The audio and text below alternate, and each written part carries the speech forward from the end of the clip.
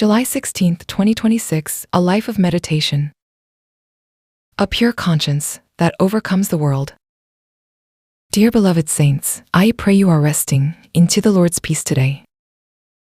We live our daily lives fighting spiritual battles, both big and small. The world constantly approaches us and whispers, compromise appropriately, and sometimes tries to shake our faith with seemingly peaceful and sweet proposals. However, the true worker God seeks is one who stands on the solid rock of a pure conscience and sound faith, unwavering even into the face of the world's fierce threats or elaborate false teachings. To the pure, all things are pure, but to those who harbor deceit into their hearts, even honest truth appears distorted.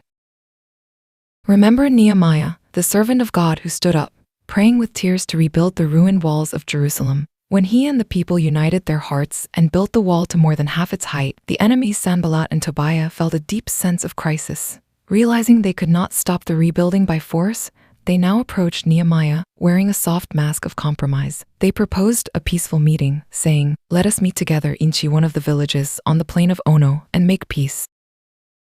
However, it was a cruel plot to harm Nehemiah and Satan's sweet trap to stop God's holy work. Nehemiah spiritually discerned the evil intentions hidden behind their gentle voices. Instead of going to the place of compromise, he resolutely declared to his enemies, while silently holding a hammer and trowel on the wall, "I am carrying on a great project and cannot go down. Why should the work stop while I leave it and go down to you?"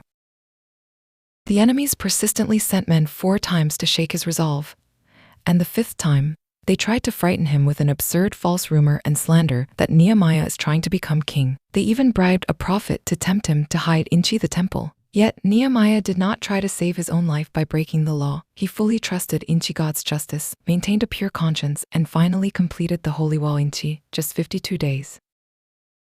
How is the wall of our soul today? To avoid becoming someone who claims to know God but by their actions denies him, we must firmly repair the broken walls of our hearts daily with the right word. Do not lend an ear to the sweet false compromises whispered by the enemy. Today, let us firmly reject the vain words and deceptions of the world and focus solely on the holy work God has entrusted to us. When we stand firm on the Lord's sound doctrine, our lives will be filled with heavenly peace and victory that the world cannot overcome. Meditation and application. The first meditation is discerning the world's sweet compromises and deceptions. Today, have I tried to compromise with God's word because of the eyes of others or worldly gain? Or have I lived a life that outwardly speaks of faith but denies the Lord through my actions? Satan always approaches wearing a soft mask of peace and compromise. Today, be spiritually awake and make the Lord's word the sole standard of your life. Let us spiritually discern the vain proposals of the world and become faithful workers of God who maintain only a pure conscience. The second meditation is focusing on the mission and rebuilding the holy wall. Have I become discouraged by negative evaluations or absurd rumors around me, giving up on the task of rebuilding the broken areas of my family, workplace, and church that God has entrusted to me? Amidst endless criticism, Nehemiah silently built up the wall with prayer. Today, rather than being swayed by people's opinions, keep your eyes solely on the Lord and firmly stand into the place of your entrusted mission. As you silently continue to do good work, God will gloriously complete your life.